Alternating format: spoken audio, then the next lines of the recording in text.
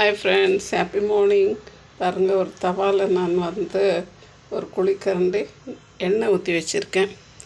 Refined oil எண்ணெய் காஞ்சிடுச்சு. கொஞ்சம் சோம்பு போட்டுக்கிறேன். அதில் இப்போ கொஞ்சம் வெங்காயம் போட்டு வெங்காயம் நல்லா வதங்கிடுச்சு.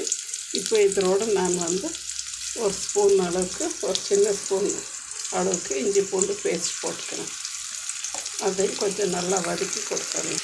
ஃப்ரெண்ட்ஸ், நம்மளுடைய இஞ்சி பூண்டு கொஞ்சம் நல்லா வதங்கிடுச்சு. இப்போ நான் இதோட கொஞ்சம் தனியாத்தூள் போட்டுக்கிறேன். ஒரு ஸ்பூன் தனியாத்தூள், இன்னும் ஒரு ஸ்பூன் மஞ்சத்தூள் போட்டுக்கிறேன். இந்த இஞ்சி பூண்டு போட்டாலே கொஞ்சம் அடி பிடிக்கும். கொஞ்சம் தண்ணி ஊற்றிக்கணும். அதில் அடுத்தது பாருங்கள் ஃப்ரெண்ட்ஸ், நான் க்ளீனாக கழுவி கட் பண்ணி வச்சுருக்கேன் மஷ்ரூம் சேர்த்துக்கிறோம். இந்த மஷ்ரூமும் கொஞ்சம் நல்லா கிளறி விட்டுடலாம். இப்போ பாருங்கள் ஃப்ரெண்ட்ஸ், கொஞ்சம் தண்ணி விட்டுருக்கேன். அது வெந்து வரட்டும். கொஞ்சம் ஒரு அரை ஸ்பூன் அளவுக்கு மஞ்சத்தூள் போட்டுக்கலாம். அப்புறமா இதுக்கு தேவையான அளவுக்கு உப்பு சேர்த்துடணும். ஒரு தக்காளியை கொஞ்சம் மிக்சியில் அரைச்சும் இதில் சேர்த்துடலாம். பாருங்கள் ஃப்ரெண்ட்ஸ், இப்போ இது நம்மளுக்கு நல்லா வதங்கி வந்துடுச்சு. இப்போ நான் தக்காளி அரைச்சி வச்சுருக்கிறது சேர்த்தேன்.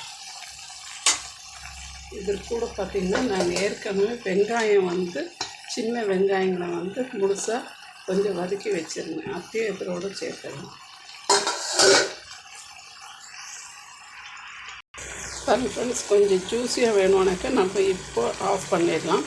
இல்லைன்னா இன்னும் கொஞ்சம் ட்ரையாக வேணும்னாக்கா இன்னும் கொஞ்சம் ட்ரை ஆக்கிக்கலாம். நான் லாஸ்ட்டாக கொஞ்சம் பெப்பர் போடுறேன்.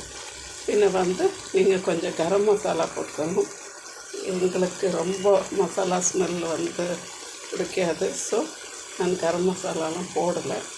கொஞ்சம் பெப்பர் போட்டிருக்கேன். மேலே கொஞ்சம் மல்லி செடி தூவிக்கிறேன்.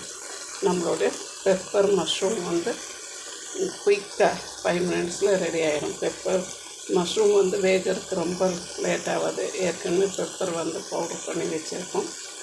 ஸோ மிளகு மஷ்ரூம் சூப்பராக ரெடி ஆகிடுச்சு. தேங்க்யூ ஃபார் வாட்சிங் ஃப்ரெண்ட்ஸ். தேங்க்யூ. ப்ளீஸ் ஷேர் பண்ணுங்கள், சப்ஸ்கிரைப் பண்ணுங்கள், லைக் பண்ணுங்கள். Thank you friends.